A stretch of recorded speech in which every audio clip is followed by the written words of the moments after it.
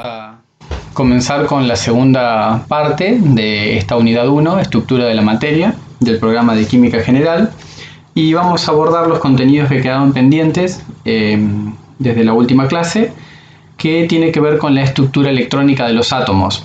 Habíamos visto las distintas teorías o definiciones de los modelos atómicos y de hecho cómo se habían descubierto las partículas elementales de los átomos en sí hasta el 1900.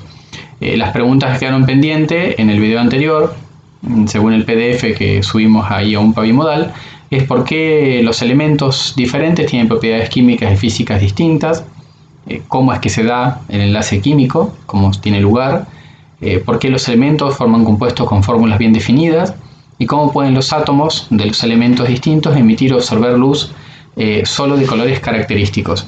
Y esta es la pregunta más importante que en realidad se hacían los científicos de la época, porque esto ya se conocía antes del 1900, sin embargo no había forma de explicarlo. Y podemos decir que hay tres aspectos importantes que llevaron a poder entender un nuevo modelo atómico o poder formular un nuevo modelo atómico, poder dar respuesta a estas preguntas, y tienen que ver con la radiación electromagnética y su relación con el mundo microscópico o los átomos. Y serían la emisión de luz que proviene de los objetos calientes, llamada también radiación de cuerpo negro, que eso fue el objeto de estudio de Planck. Luego la emisión de electrones provenientes de superficies metálicas en las que incide la luz, que es conocido como el efecto fotoeléctrico, y allí es donde Einstein recibe el premio Nobel por haber descifrado o dado una explicación coherente a este hecho físico o este hecho que se ve experimental. Y el tercer aspecto que llevó a nuevo paradigma de modelo atómico fue la emisión de luz de los átomos de gas electrónicamente excitados, o sea, los espectros de emisión o, en su defecto, espectros de absorción, que vamos a ver a qué se refieren. Estos tres grandes avances en la ciencia fueron lo que permitieron entender aún más la estructura de la materia, ¿sí? Y lo vamos a ir desarrollando a medida que vamos analizando en la clase, en la parte teórica, y ustedes pueden después ir a la bibliografía para buscar algún soporte un poco más profundo del tema. Vemos que, a ver, ahí está, hablamos sobre radiación electromagnética. Si ustedes perciben, allí se ve cómo la radiación electromagnética está compuesta por tanto un campo eléctrico como por un campo magnético al mismo tiempo. Todos los tipos de radiación electromagnética se pueden describir en términos de onda, y uno ve ahí los vectores que sacado instantáneamente tienen distinta magnitud, por decirlo así, y están en un ángulo de 90 grados ambos dos. Si se fijan, ahí está entre cada una de las crestas de todo un ciclo marcada una longitud de onda que está simbolizada con la letra lambda. Bueno, toda radiación electromagnética tiene como característica que es un movimiento ondulatorio, que es lo que estamos viendo, las ondas que tienen un máximo y un mínimo, allí el mínimo llamado valle, el máximo, entre el máximo y el valle se puede medir la amplitud de esa onda, y lo interesante es que todo movimiento ondulatorio es de naturaleza repetitiva, y de hecho así es como viaja la luz en el vacío, ¿verdad? Es un tipo de radiación electromagnética. La luz visible es lo que nuestros ojos perciben, pero hay un gran abanico de tipos de radiación electromagnética de acuerdo a esa característica, la longitud de onda o la frecuencia, ¿sí? Que son aspectos que vamos a ir viendo. Bien, acá vamos a ver algunos componentes de la radiación electromagnética, que es lo que les decía. La longitud de onda está simbolizada aquí por lambda, y que en realidad es la longitud entre cresta y cresta de la radiación en particular. Tenemos el valle, el periodo que en realidad un periodo es cuando se completa una onda en particular y de acuerdo a cuántos periodos se puedan contabilizar en un segundo es donde tenemos la frecuencia de la longitud de la radiación electromagnética, ¿verdad? Si ustedes se fijan aquí en la imagen inferior, van a tener que esta longitud de onda es mayor. De hecho, la amplitud es la misma que la de abajo, pero la longitud de onda es mayor. Por ende, bueno, acá hace la relación con la energía. Vamos a ver después cómo se relaciona con la energía. Pero me interesa que en este caso puedan ver que este tipo de radiación tiene mucha menor longitud de onda. Por ende, va a tener más frecuencia, porque al viajar en el espacio, en un segundo, va a tener mayor cantidad de ciclos o periodos que la longitud de onda que tenemos, o la radiación electromagnética que está ahí arriba. Entonces, por un lado tenemos simbolizados con la letra lambda, longitud de onda, que es lo que muestra, se mide en unidades de longitud, en metros o en nanómetros, si estamos hablando acerca de las medidas atómicas. La frecuencia en el tiempo, frecuencia en realidad es la letra nu, que es la que tenemos aquí. ¿Y por qué decimos en el tiempo? Porque son inversamente proporcionales, tanto la frecuencia como la longitud de onda, y toda radiación electromagnética tiene una longitud de onda determinada con una frecuencia determinada, que en el vacío, si uno multiplica la longitud de onda por la frecuencia en el tiempo, me va a dar la c, que sería la velocidad de la luz. Y en el vacío es constante, ¿verdad? Por eso se habla de frecuencia en el tiempo, porque si yo quiero obtener la frecuencia a la velocidad de la luz, la voy a dividir por longitud de onda, entonces me va a quedar con unidades de segundo a la menos 1, o 1 sobre segundo, o hertz, que es como se mide la frecuencia. Y ahora, la frecuencia en el espacio tiene que ver con el número de ondas, y también es muy utilizado. Obviamente, la unidad aquí, si es 1 sobre la longitud de onda, el número de onda me va a quedar en metro a la menos 1, o en nanómetro a la menos 1, o usualmente en algunas publicaciones, cuando hablamos de número de onda, o de nu barrada, también se la conoce como nu barrada porque tiene ahí una viñeta, como en realidad se llama virgulínea, ese símbolo que está ahí arriba sobre la letra nu, en centímetro a la menos 1, pero todas son unidades de longitud en el denominador. Bien, con respecto a la radiación electromagnética podemos ver que todas pueden describirse como energía radiante, ¿verdad? Aquí tenemos un amplio abanico de longitudes de onda. Podemos ir de las 10 a la menos 13 metros hasta las 10 a las 7, con sus frecuencias asociadas que se miden en segundo a la menos 1 o en hertz, y a su vez con su energía en joules. Pueden ver que son inversamente proporcionales. A medida que disminuye, o mejor dicho, que aumenta en este caso hacia la izquierda la longitud de onda, va a disminuir la frecuencia y por ende la energía, ¿verdad? La energía lo que hace es aumentar a medida que aumenta la frecuencia y por ende disminuye la longitud de onda. Y es por eso que la radiación ultravioleta es mucho más energética que la infrarroja. Y es por eso que uno no debería estar tan expuesto a los rayos solares, por el hecho de que es mucho más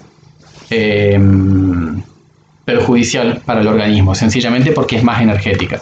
Esta ecuación que tenemos acá, energía igual a H por nu, vamos a ver ahora a qué se refiere H, que es la constante de Planck, y cómo es que él puede llegar a esta ecuación matemática que relaciona la frecuencia o la longitud de onda, en su defecto sería 1 sobre longitud de onda, perdón, c, la velocidad de la luz sobre longitud de onda, relacionado con la energía.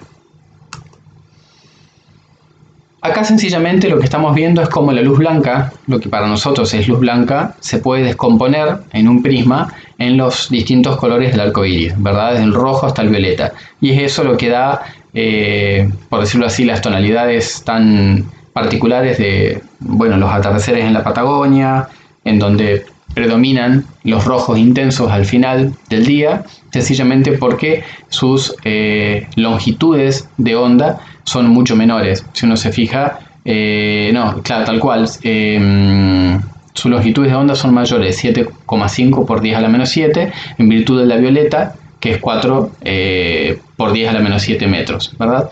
Entonces la que perdura en el atardecer al final del día es la roja y es la última que desaparece.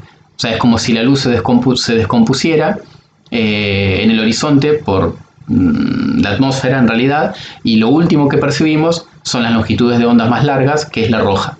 Y esa es la explicación de por lo que los atardeceres rojizos, y en cambio cuando el sol está en su cenit, por ejemplo, en el mediodía, vemos todo azul en realidad, porque es la longitud de onda predominante. Pero bueno, lo que quería llegar a esto es que la radiación electromagnética puede descomponerse en todos los colores del arco iris, que es una pequeña franja, como veíamos antes, una pequeña franja del visible en cuanto a todo el espectro electromagnético que tenemos o con el que nos llega en realidad desde el espacio, que se puede emitir desde cualquier equipo de experimentación y demás. Por ejemplo, rayos X, radiación ionizante, es lo que se utiliza tranquilamente para sacar una placa radiográfica y que vamos a ver después las implicancias que tiene. Bien, la radiación electromagnética, como decíamos, está relacionada con algún tipo de energía. En esta imagen ustedes pueden ver cómo a medida que disminuye la longitud de onda, fíjense que la longitud de onda era de cresta a cresta, a medida que disminuye la longitud de onda, aumenta la frecuencia. Y a medida que aumenta la frecuencia, aumenta la energía. Por eso lo que decíamos, los rayos ultravioletas son mucho más dañinos que la luz solar visible en sí. La radiación ultravioleta es mucho más perjudicial. Los rayos X son mucho más ionizantes y los rayos gamma ni hablar. Pero por el hecho de que a mayor frecuencia, mayor energía. Y eso se puede ver con la temperatura de los cuerpos. De hecho, esa es una de las cosas que a Planck se le planteaba como interrogante. ¿Por qué? En realidad, los sólidos, cuando se calientan, emiten una radiación. Por ejemplo, cuando se funden. Puede ser brillo rojo o luz blanca, cuando ya llegan a una temperatura muy elevada. Entonces ese color, la coloración de los sólidos, especialmente los metales en fundición, lo relacionaba con una longitud de onda determinada. Entonces él se daba cuenta que en ciertas condiciones la luz era posible describirla como si se compusiera, como estuviera compuesta, por partículas o por fotones. Sí, estamos hablando acá aproximadamente de 1900. Él se dio cuenta de esto. Y de hecho, él, al estudiar la radiación de cuerpos negros, que sería la emisión de luz que proviene de objetos calientes, él se daba cuenta que a medida que aumentaba la temperatura, por ende tenía que aumentar la longitud de onda. Pero en la teoría clásica, la mecánica clásica, indicaba que indefinidamente iba a haber aumento de longitud de onda a medida que aumentaba la temperatura de los cuerpos, entiéndase los metales en fundición. Sin embargo, es allí donde surge lo que se llama catástrofe ultravioleta, porque en realidad había una desviación de la teoría clásica, que es lo que Planck empezó a observar en sus observaciones, o en sus experimentos en realidad, u observaciones experimentales. Fíjense que a medida que aumenta la temperatura, cuando llega a la región del ultravioleta hay un decaimiento a cero. Entonces, podemos ver que a medida que cambia las longitudes de onda, no sigue esta teoría clásica, que es la que se venía manejando hasta ese momento, o hasta ese momento era comprensible, la mecánica clásica. Entonces aquí tenemos el primer quiebre de la teoría, en la cual la teoría mecánica clásica no sirve. Por eso, ¿qué hace Planck? Planck, en base a su experimentación, él plantea que la energía de la radiación electromagnética es directamente proporcional a su frecuencia, en virtud de las observaciones experimentales. Y él establece que esta frecuencia está relacionada con la energía de acuerdo a una constante que hoy se conoce como la constante de Planck. Fíjense el cuán pequeña es esta constante. Y eso es muy importante para cuando esto está expresado en unidades de energía por segundo, ¿verdad? Entonces, al multiplicarlo me daría unidades de energía, porque se simplificarían los segundos por los segundos a la menos 1 de la frecuencia. Y a los fines prácticos podemos decir que la longitud de onda por la frecuencia me da la constante, la velocidad de la luz en el vacío, que es 3,0 por 10 a la 8 metros sobre segundos. Entonces ahí me queda unidad de energía, ya sea en joules o en electronvolts. Y él teoriza que la energía está cuantizada. Cuando hablamos de cuantizada estamos hablando de paquetes o de proporciones definidas. Es como si tenemos una escalera, entiéndase, una escalera como la que vemos aquí con peldaños, o una escalera en la cual uno se subiría tal vez al techo de una casa. Uno podría dar pasos en ese ascenso que estuvieran predefinidos o predeterminados por el ancho de los escalones, pero en ningún momento podríamos dar un paso y medio o un escalón y medio, porque no existe esa posibilidad. Acá tenemos la comparación, si se quiere, entre una rampa y una escalera, en la cual a medida que uno aumenta o va subiendo por esa escalera, adquiere energía potencial o cierta energía potencial. Y si es por una rampa, la manera en que se incrementa esa energía sería uniforme y continua, pero si yo subo por los escalones, esa energía, que igualmente se va a incrementar la energía potencial que voy adquiriendo a medida que asciendo, pero lo va a hacer de manera cuantizada, ¿verdad? Escalón por escalón. Pueden ser 1, 2, 3, 4, pero no pueden ser números fraccionarios, un escalón y medio, porque no existe esa posibilidad. Bueno, eso es lo que Planck dedujo de sus intervenciones, y es por eso que este es uno de los primeros aspectos que empieza a dar idea de que la energía que tiene la radiación electromagnética en realidad no era continua, sino discontinua, y es acá donde entra lo de la cuantización de la energía. Bien, luego el otro aspecto que lleva a que se reformule el modelo atómico, y el de Thomson y el de Rutherford sobre todo, que es donde quedamos de última clase, es el efecto fotoeléctrico que pudo explicar Albert Einstein, y bueno, por lo cual él lo explica en 1905 y en 1921 recibe el premio Nobel de Física por ello.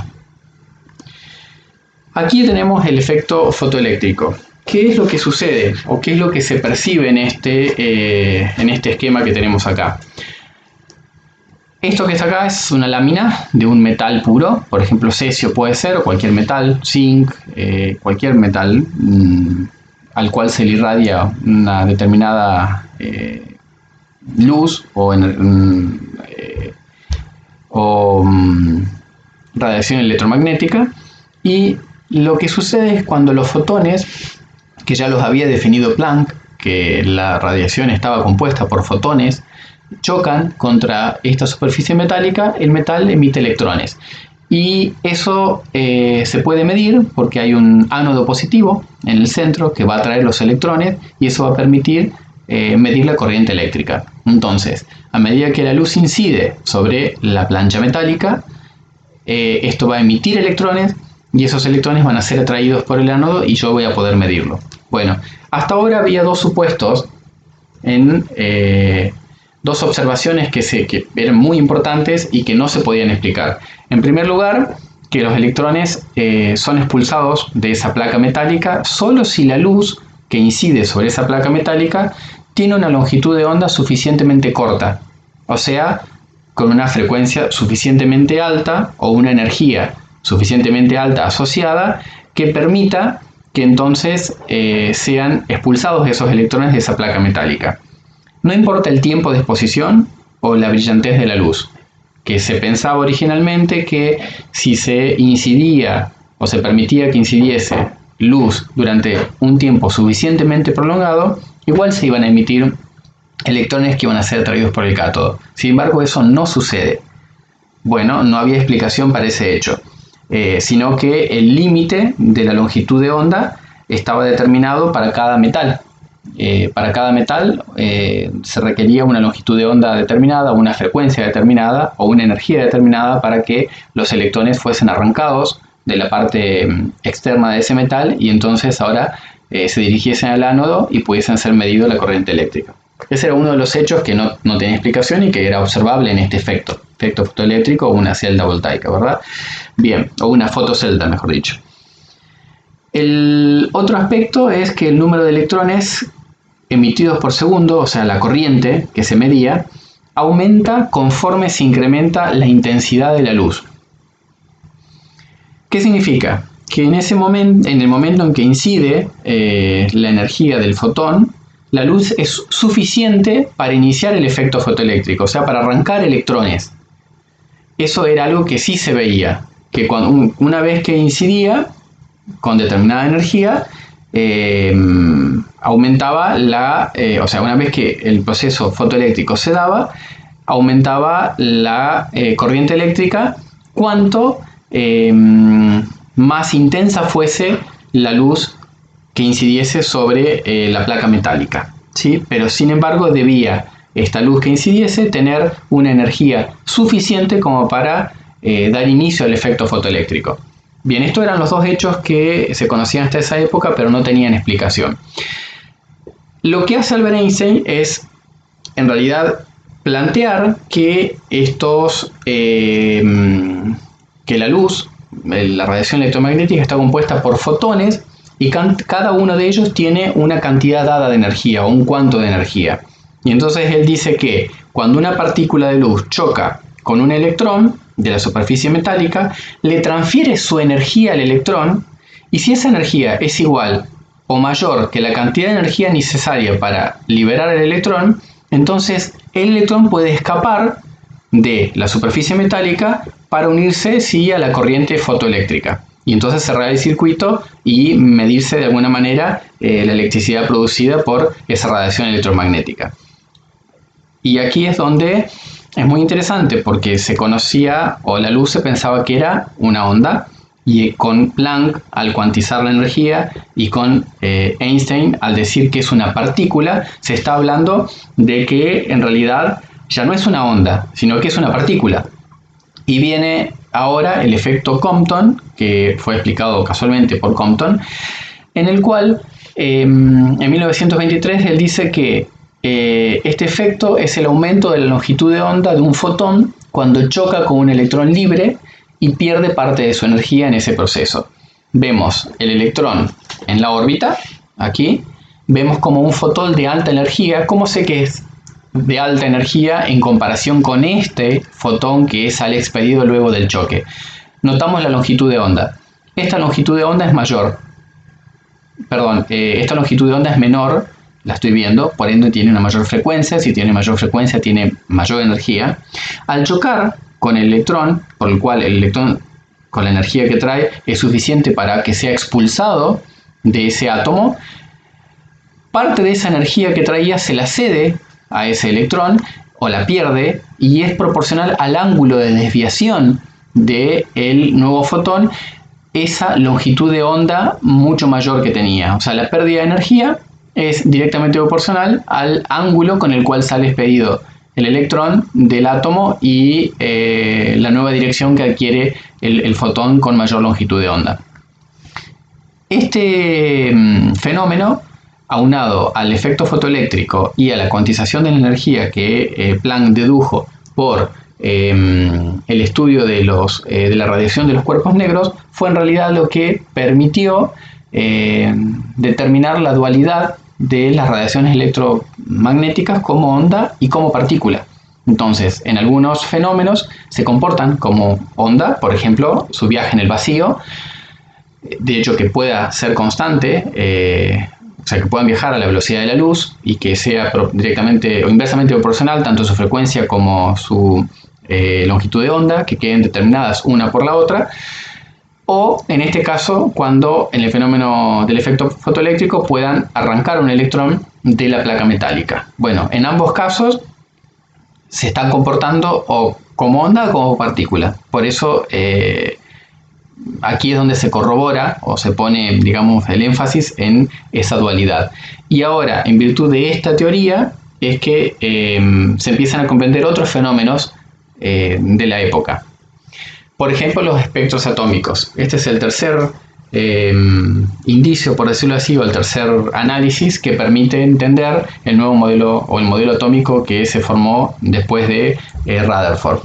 Notemos acá que los espectros atómicos, ¿por qué decimos espectros atómicos? Cuando hablo de cuerpo negro, acá por ejemplo puede ser un sólido incandescente o tal vez los líquidos o sólidos pueden emitir un espectro continuo de luz. Por ejemplo, un sólido fundido también lo puede emitir. Entonces yo veo un espectro continuo, ¿verdad? Sin embargo, cuando tenemos gases en muy poca concentración y son calentados o irradiados de alguna manera, ellos van a emitir radiación electromagnética que, al ser, si se quiere, polarizar, la palabra no sería filtrar, pero al pasar por un prisma se descompone, esa radiación electromagnética se descompone en un espectro de emisión. ¿Qué significa? Que yo en una placa fotográfica, que va a ser totalmente negra, va a imprimir algunas líneas, en este caso que caen en el espectro del visible, por eso las puedo ver. Son 4 líneas de determinado color, fíjense que va desde el rojo al violeta. Obviamente para la derecha tenemos el infrarrojo y para la izquierda tenemos el ultravioleta. Y este gas en particular lo que va a hacer cuando se descomponga la luz a través del prisma es emitir un patrón característico. Que si este mismo gas en baja concentración está frío y es sometido, o como vemos acá vemos luz, pero puede ser calor también, y entonces uno puede ver el efecto complementario, ver qué es lo que absorbe este gas al ser calentado, cuál es la radiación o qué parte del espectro, qué longitudes de onda del espectro electromagnético va a absorber, y también puedo verlo. Si notamos, las líneas oscuras coinciden exactamente con las longitudes de onda del espectro de emisión, pero en este caso sería el espectro de absorción. Son las longitudes de onda que absorbe al ser irradiado con determinada energía. Acá en este caso lumínica, ¿no? Es un ejemplo tan solo. Pero este hecho de que estuviese, que no fuese un espectro continuo, sino que determinados gases, y de hecho diferentes gases, permitiesen tener o evidenciar en placas fotográficas espectros de emisión característicos de cada una de las sustancias, tipo una huella digital, hizo que también se pensase en esta cuantización de la energía y en cómo es que entonces se constituye la estructura atómica, que es lo que en realidad estamos viendo, ¿verdad? La estructura de la materia. Noten acá, por ejemplo, tenemos varios espectros atómicos característicos. Tenemos su espectro de absorción y emisión. ¿Por qué absorción? Fíjense que arriba tengo todo el espectro visible. Evidentemente irradié una muestra de hidrógeno a muy baja concentración, y la absorción se dio en determinadas longitudes de onda, 4 líneas espectrales en este continuo de luz visible. Y a su vez el complementario sería de emisión, ¿verdad? El espectro de emisión. Fíjense que entre el hidrógeno, sodio y calcio hay diferencia, ¿verdad? Obviamente en el hidrógeno tenemos un solo electrón, entonces el espectro es mucho más acotado que el sodio o el calcio, que tienen muchos más electrones. Estos espectros atómicos, en este caso están en el visible, son complementarios y son característicos. De hecho, por ejemplo, el helio, antes de ser descubierto en la Tierra, fue descubierto en el Sol. Y en realidad fue descubierto en el Sol en virtud de su espectro de emisión característico, que no era igual a ninguno conocido en la Tierra. Por eso el helio, helium, viene de Sol, porque en realidad allí fue donde se descubrió primero, por su espectro de emisión. Bien, hasta ahora estos espectros habían sido estudiados y fueron del interés de Balmer y Rydberg. Fueron 2 científicos que ellos lo que hicieron fue demostrar que las longitudes de onda de estas líneas espectrales del átomo de hidrógeno específicamente se podían relacionar de una manera empírica con una ecuación matemática. Y en realidad, ¿por qué decimos de una manera empírica? Porque en realidad esta ecuación no tenía base teórica, sino más bien empírica. ¿Qué empezaron a ver ellos? Las longitudes de onda características y los n's. N son números enteros que están relacionados con una constante, que es la constante de Rydberg, que la pueden encontrar en la bibliografía, de hecho a continuación se las muestro, y que en realidad lo que hace es apoyar o dar más base o sustento a estos n, que son números enteros. Entonces, ¿qué es lo que está diciendo esta ecuación en relación a este espectro? Que estas líneas de emisión de este espectro de emisión del hidrógeno solamente puede tomar valores determinados, estas longitudes de onda, que se relacionan con números enteros. O sea que la energía está cuantizada, o estos espectros de emisión están cuantizados, que significa que no va a haber valores intermedios. Sí o sí tienen que ser valores enteros que pueden ir del 1 en adelante. Aquí tenemos cómo cada línea del espectro de emisión va a representar la diferencia de energía entre dos niveles permitidos del electrón. Acuérdense, el hidrógeno tiene un solo electrón, por eso fue mucho más fácil hacer todos estos cálculos experimentales, por eso es una ecuación empírica, ¿verdad? Fíjense que menciona, esta es la constante de Rydberg, la tenemos en m²-1, también hay una de energía que se puede ubicar fácilmente y que relaciona los n, números enteros, con las longitudes de onda de los espectros de emisión. Y es allí donde aparecen las series espectrales, que tiene que ver con este modelo atómico, el modelo atómico de Bohr, que en realidad supera ampliamente porque puede explicar esta cuantización de la energía. Fíjense que acá tenemos números enteros estipulados como niveles de energía, que es lo que establece el modelo atómico de Bohr, que hay niveles de energía separados entre sí. La mayor diferencia la voy a tener entre el nivel 1 y nivel 2, dado por esta ecuación. En nivel 1 y nivel 2 me va a dar la longitud de onda característica de, fíjense, el átomo de hidrógeno. La mayor diferencia la voy a tener entre el nivel 1 y 2, y luego las diferencias energéticas o en longitudes de onda van a ser cada vez menores hasta un continuo, podría decirse hasta un infinito, en el cual ya el electrón ha abandonado el átomo, ya ha producido la ionización, ¿verdad? Por eso al infinito. Pero si no, yo tengo distintos niveles de energía. Y tenemos el estado basal o, digamos, la menor energía potencial que puede adquirir ese electrón, que es negativo, y obviamente el infinito sería cero. Le di energía suficiente como para arrancar el electrón de su interacción con el protón del núcleo. Bien, aquí tenemos, por ejemplo, simbolizados decaimientos de electrones desde niveles superiores a niveles inferiores. Estos se llaman niveles excitados porque se requirió energía para poder hacer que este electrón que estaba en el nivel 1 o en el nivel 2 o en el nivel 3 ascendiese o migrase a un nivel superior.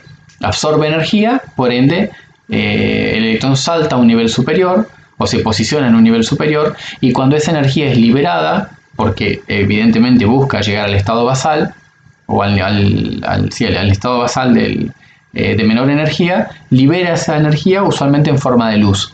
Y es por eso que después vamos a ver que este es el gran éxito del modelo atómico de Bohr, es la explicación de los espectros de emisión, en realidad de la coloración de los distintos metales, por ejemplo con el ensayo de la llama. Acá tenemos la serie de Lyman, que es cuando bajan, el decaimiento de los electrones es al nivel 1 y corresponde a la radiación ultravioleta. La serie de Balmer, que es cuando el decaimiento de los electrones es en el nivel 2 y corresponde al visible, o es donde podemos ver la coloración del espectro, de todo el espectro visible, los distintos colores.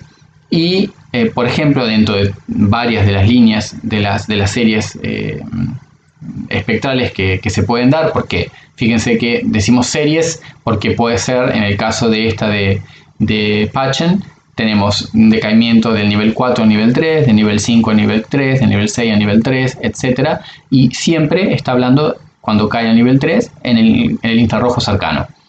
Y todas estas diferencias energéticas se pueden obtener en virtud de la ecuación de Balmer y Rydberg. Se pueden ver la diferencia energética que existe entre estas dos transiciones energéticas. Vemos las series. Fíjense que un número está establecido en la de Balmer, la del visible, decaen sí o sí al nivel 2. En la de Lyman decaen sí o sí a nivel 1, por eso es que es 1, menos, y acá el número mayor, nivel 2, 3, 4, 5. La de Paschen ya tiene estipulado el nivel 3 y la de Brackett nivel 4. Bueno, estas series se generan en base al electrón del hidrógeno, cuando descienden los distintos niveles energéticos. Born dio una explicación a estas observaciones experimentales de Balmer y Rydberg, y él incluyó el supuesto de que la energía estaba cuantizada, pero ya desde un modelo matemático. El gran acierto del modelo atómico de Born es que él pudo matemáticamente elucidar, si se quiere, o dilucidar el radio del átomo de hidrógeno. El radio que tiene el átomo de hidrógeno desde su núcleo hasta el electrón, y era totalmente compatible con las observaciones espectrales y con los cambios energéticos de las distintas series que ya habían analizado experimentalmente Balmer y Rydberg. Entonces, lo que hace Niels Bohr es corroborar de manera matemática algo que empíricamente ya se conocía. Por eso su modelo tuvo tanta aceptación, más allá de que después no explicase otros fenómenos que hoy sí lo explica la mecánica cuántica. Y esto era para el 1913. El modelo de Born muestra dónde puede estar el electrón respecto al núcleo, porque él establece matemáticamente cuál es el radio de una órbita circular. Él establece su modelo atómico como si fuese un sistema planetario, en el cual el centro sería el Sol, o el núcleo del átomo sería el Sol, y los electrones fuesen como digamos, planetas que giran alrededor del Sol, en órbitas circulares. Luego, otro de los científicos, si lo tengo por acá, Arnold Sommerfeld, lo que hace es modificar en 1916 la suposición de Bohr de que las órbitas son circulares, y las imaginó como elípticas. Esa fue la única diferencia que añadió en su modelo. Sin embargo, en realidad vamos a ver que lo que se estaba haciendo era forzar la mecánica clásica para que me explique ciertos aspectos de la materia o la estructura atómica, que en realidad no terminaba de explicar algunos fenómenos que sí se conocían en esa época y que, bueno, había que responder. Pero en este caso, el modelo de Bohr sí pudo explicar dónde está el átomo del electrón, respecto al núcleo, estableció matemáticamente el radio de la órbita circular, y qué tan estable puede estar el electrón en esa órbita, la energía potencial, porque matemáticamente pudo demostrar estos cambios energéticos que ya Balmer y Rydberg habían empíricamente calculado mediante su ecuación. Entonces había coincidencia entre la experiencia o lo experimental y este modelo teórico, y es por eso que tuvo aceptación, y de hecho fue un modelo establecido durante bastante tiempo hasta que, bueno, se siguió investigando en el tema. El modelo de Bohr lo que hacía era explicar los espectros del hidrógeno, de ese único electrón, en las distintas series espectrales, tanto de absorción como de emisión de energía, pero solo en las especies que tuvieran un solo electrón. Entiéndase, el hidrógeno tiene un solo protón en su núcleo y un solo electrón, pero el helio, al tener dos electrones, ya no era tan consistente con la teoría del modelo de Bohr. Por eso, cuando al helio se le quitaba un electrón, en realidad se lo ionizaba y quedaba el helio positivo, bueno, era consistente nuevamente con la teoría, con el modelo de Bohr. Nuevamente se podía explicar cualquiera de las series espectrales, pero nuevamente estábamos hablando de un átomo con un solo electrón, igual en el litio 2+. En el catión litio también pasa exactamente lo mismo. No puede explicar el modelo de Bohr especies más complejas, con más electrones. No era satisfactoria esta teoría o este modelo para ese tipo de especies atómicas. Y es por eso que el modelo de Bohr lo que hace es, como Sommerfeld había dicho después, cuando él añade estas órbitas elípticas, y es prácticamente el modelo del átomo que la mayoría de la gente tiene en su mente, ¿no? Que es el núcleo establecido por protones y por neutrones y los electrones girando alrededor de este núcleo, tal cual como órbitas planetarias alrededor del Sol. Lo que hizo Born fue mostrar el vínculo que había entre la distribución electrónica y la descripción empírica que habían hecho Palmer y Rydberg sobre la absorción de la luz y establecer definitivamente la cuantización de la energía electrónica. Eso sí fue un gran logro de este modelo y bueno, de este científico. En realidad, estos tres aspectos, los estudios de Planck sobre la radiación de cuerpo negro, el estudio del fenómeno fotoeléctrico de Einstein, con el efecto Compton y a su vez la explicación que da Born sobre los espectros o las líneas espectrales tanto de absorción como de emisión permitieron que este modelo fuera consistente para la época y de hecho que explicase muy bien algunos aspectos que vamos a ver a continuación. Por ejemplo, el ensayo a la llama. Si ustedes ven aquí, lo que está sucediendo es que diversos metales lo tienen ahí como sales de cloruro. En realidad, entiéndase, cuando decimos metales nos referimos al litio, el sodio, el potasio, el rubidio, el cesio, calcio, selenio, bario, cobre y talio. Bien, estos metales, al ser sometidos a la llama, están siendo excitados, lo cual significa que los electrones de la última capa están ascendiendo a niveles superiores de energía, porque están absorbiendo energía calórica, y cuando buscan volver al estado basal, esa energía absorbida en esos niveles superiores la emiten en forma de luz radiante. Y si esa luz radiante cae en el espectro visible, es cuando uno puede ver, por ejemplo, los distintos colores de estas sales en los fuegos artificiales. De hecho, comercialmente muchas de estas sales solamente se utilizan para fuegos artificiales. No tienen tal vez otra aplicación práctica, por decirlo así, en la industria. Pero el modelo atómico de Born es totalmente consistente con este ensayo. Este ensayo puede ser explicado por las transiciones energéticas que se dan entre los distintos niveles de energía de un modelo planetario, por ejemplo, como el de Born. Era satisfactorio para explicar en ese momento algo que el de Rutherford no podía hacerlo.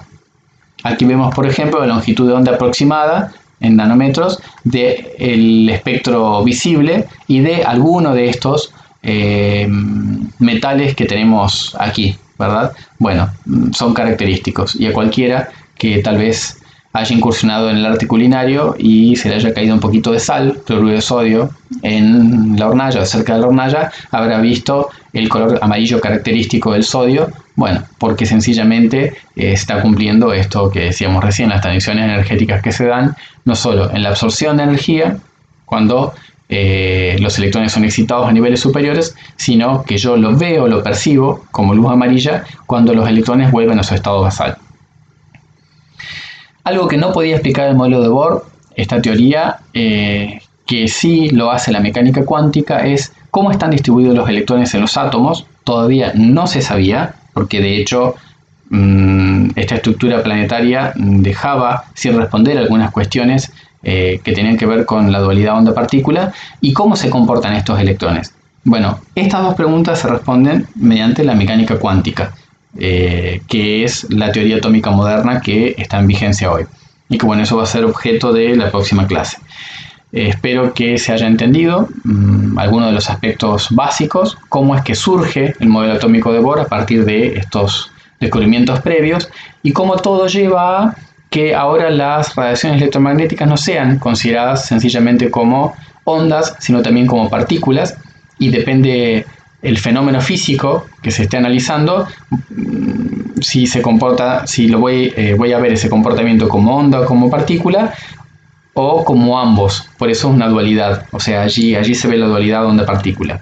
Y lo interesante es que hay energía asociada con toda radiación electromagnética. Y eso es lo que nos interesa para poder explicar las uniones o las uniones químicas, que era algo que todavía no se había podido explicar, y cómo están distribuidos los electrones para poder llevar a esas uniones o interacciones químicas. Bien, esto sería la clase de esta semana y espero poder estar para el fin de semana subiéndole la última parte que tiene que ver con, si ustedes siguen el programa, con orígenes de la mecánica cuántica, Ya vimos la primera parte, nos quedarían nociones sobre mecánica cuántica, por ejemplo, el modelo ondulatorio de de Broglie, principio de incertidumbre de Heisenberg, la ecuación de onda de Schrödinger, los números cuánticos y ver algunos aspectos relacionados con la configuración y la distribución de los electrones en los elementos. Cualquier duda o consulta que quieran hacer en el foro está habilitado para, de hecho voy a responder ahora lo que han preguntado hasta ahora y bueno, quedamos a su disposición. Muchas gracias por su atención.